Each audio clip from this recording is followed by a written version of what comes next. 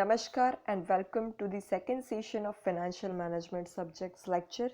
I am Dhruvika Kanabar from Shri A.K. Doshi Mahila College, Jamnagar. So, as you know કે આપણે નાણાકીય સંચાલન સબ્જેક્ટમાં જે ટોટલ 4 યુનિટ આપણા સિલેબસમાં ઇન્ક્લુડેડ છે, આઉટ ઓફ વિચ આપણે 4th યુનિટ જે છે એમાં અમુક ટોપિક ડિસ્કસ કરી રહ્યા હતા. 4th યુનિટ જે છે એ મેઇનલી બે પાર્ટમાં ડિવાઇડ થયેલું છે. First part consist of new financial institutions and second part consist of new financial instruments, out of which we have already discussed about new financial institute, total 8 institutions we have discussed. Credit rating institution માં બે સંસ્થાઓ વિશે આપણે વાત કરી છે, CRISIL અને ઇકરા. સો નવી નાણાકીય સંસ્થાઓ જે કોઈ આપણે ડિસ્કસ કરવાની હતી એ આપણે એની ચર્ચા કરી લીધી છે અને એના પછી આપણે યુનિટ 4નું નાણાકીય સંચાલન સબ્જેક્ટના યુનિટ 4નો જે સેકન્ડ પાર્ટ છે, નવા નાણાકીય સાધનો, ન્યૂ ફિનાન્શિયલ ઇન્સ્ટિટ્યુશન્સ, એનું ડિસ્કશન કરી રહ્યા હતા, જેમાં અમુક નવા નાણાકીય સાધનો વિશે આપણે ચર્ચા કરવાની છે કે જે વર્તમાન સમયમાં નાણાં ધિરાણ અને કાર્યશીલ મૂડીની જરૂરિયાત કંપનીની હોય એને પૂરી કરવા માટે ગવર્મેન્ટ દ્વારા મંજૂર કરવામાં આવેલા છે. આવા નવા નાણાકીય સાધનો જે છે એ આપણે ઘણા બધા ડિસ્કસ કરવાના છે, out of which we have already discussed about commercial paper. Commercial paper નામનું જે નવું નાણાકીય સાધન છે એના વિશે આપણે ઓલરેડી ચર્ચા કરી લીધી છે. હવે આપણે એના પછીનું નવું નાણાકીય સાધન એટલે કે સર્ટિફિકેટ ઓફ ડિપોઝિટ, CD, થાપણ પ્રમાણપત્ર, એના વિશે ચર્ચા કરવાની છે. સર્ટિફિકેટ ઓફ ડિપોઝિટ, થાપણ પ્રમાણપત્ર, ડિપોઝિટને ડિપોઝિટને ગુજરાતીમાં થાપણ કહેવાય.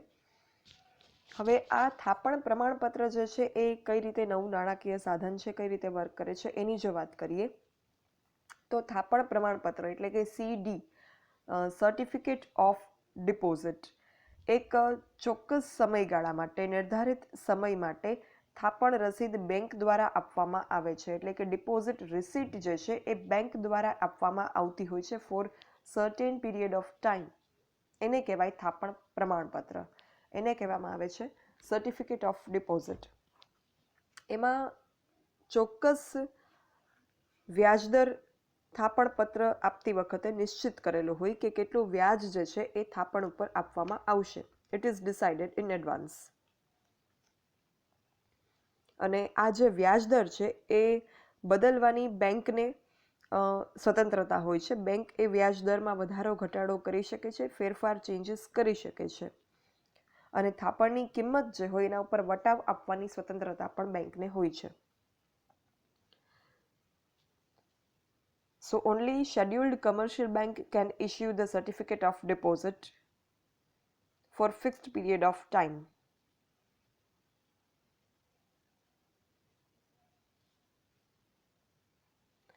And in certificate of deposit there is a negotiable instrument and simply a receipt given to a depositor by bank for specific cash deposit in bank.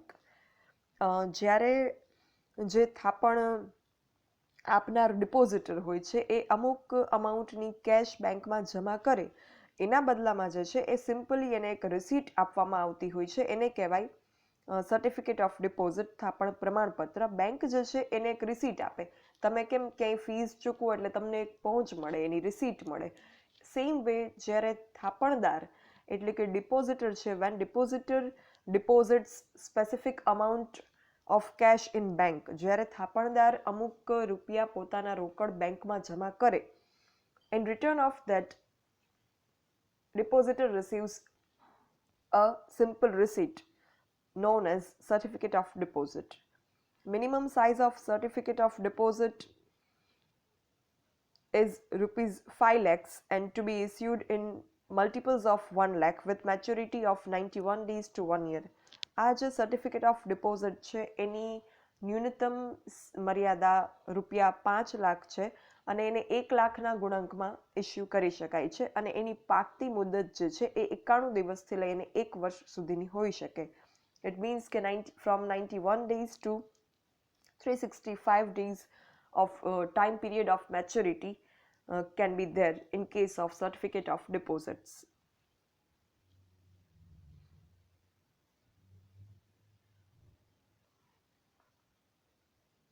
અને આ જે છે એક નેગોશિયેબલ રિસીટ છે અને it is a bearer certificate and marketable receipt for the funds deposited in a bank for fixed period.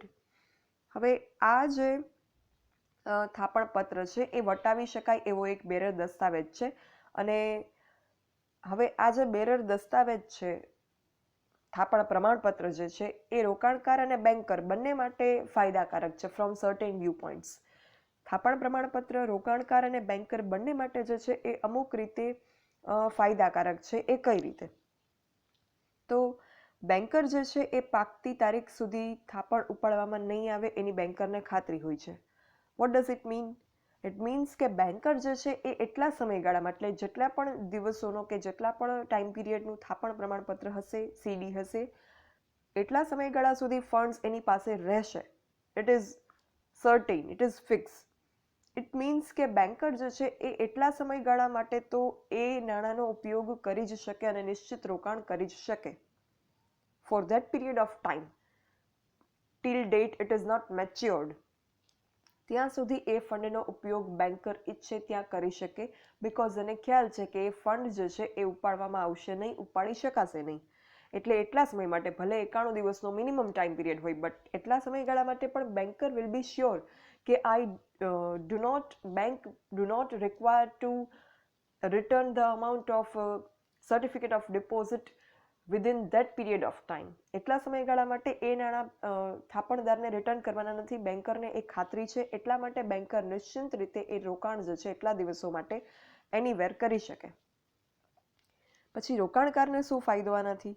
તો રોકાણકારને ત્વરિત તરલતાની ખાતરી હોય છે. મતલબ ઇન્સ્ટન્ટ લિક્વિડિટી જે છે એ અહીંયા મળે છે રોકાણકારોને. એટલે ઈચ્છા પડે, જરૂર પડે ત્યારે સેકન્ડરી માર્કેટમાં થાપણ પ્રમાણપત્ર વેચી શકાય છે. બેંકમાં તમે થાપણ પ્રમાણપત્ર જે છે એ રિટર્ન ન કરી શકો, બટ સેકન્ડરી માર્કેટમાં તમે એને વેચી શકો છો. Same like share market. થાપણ પત્ર જે છે એને પાકતી મુદતનો સમય 15 દિવસથી 1 વર્ષ વચ્ચેનો હોય છે. અને વ્યક્તિગત રોકાણકાર માટે થાપણ પત્રની કિંમત 1 લાખના ગુણાંકમાં ઓછામાં ઓછા 5 લાખની મર્યાદામાં હોય છે. અને થાપણ પ્રમાણપત્ર શેડ્યુલ્ડ કમર્શિયલ બેંક દ્વારા જ બહાર પાડવામાં આવે છે. શેડ્યુલ્ડ કમર્શિયલ બેંક એટલે જે શેડ્યુલ નંબર છે એક ફિક્સ, એમાં જે બેંક ઇન્ક્લુડ થાય છે એ બધી કમર્શિયલ બેંક્સ કે જેમાં મોસ્ટ ઓફ ગવર્મેન્ટ કમર્શિયલ બેંકનો સમાવેશ થાય છે.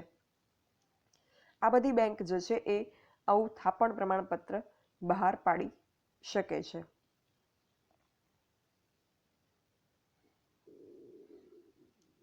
સો અહીંયા આપણો થાપણ પ્રમાણપત્ર એટલે કે સર્ટિફિકેટ ઓફ ડિપોઝિટનો પોઈન્ટ જે છે એ પૂરો થાય છે, which was second new financial instruments જે આપણે ડિસ્કસ કર્યું. યેટ આપણે ઘણા બધા ફિનાન્શિયલ ઇન્સ્ટ્રુમેન્ટ્સ ડિસ્કસ કરવાના છે, જે આપણે ગ્રેજ્યુઅલી લેક્ચર્સમાં ડિસ્કસ કરતા જશું. So thank you. For any doubts or queries, you can write me on this mail dbk.dhruvika@gmail.com. Thank you.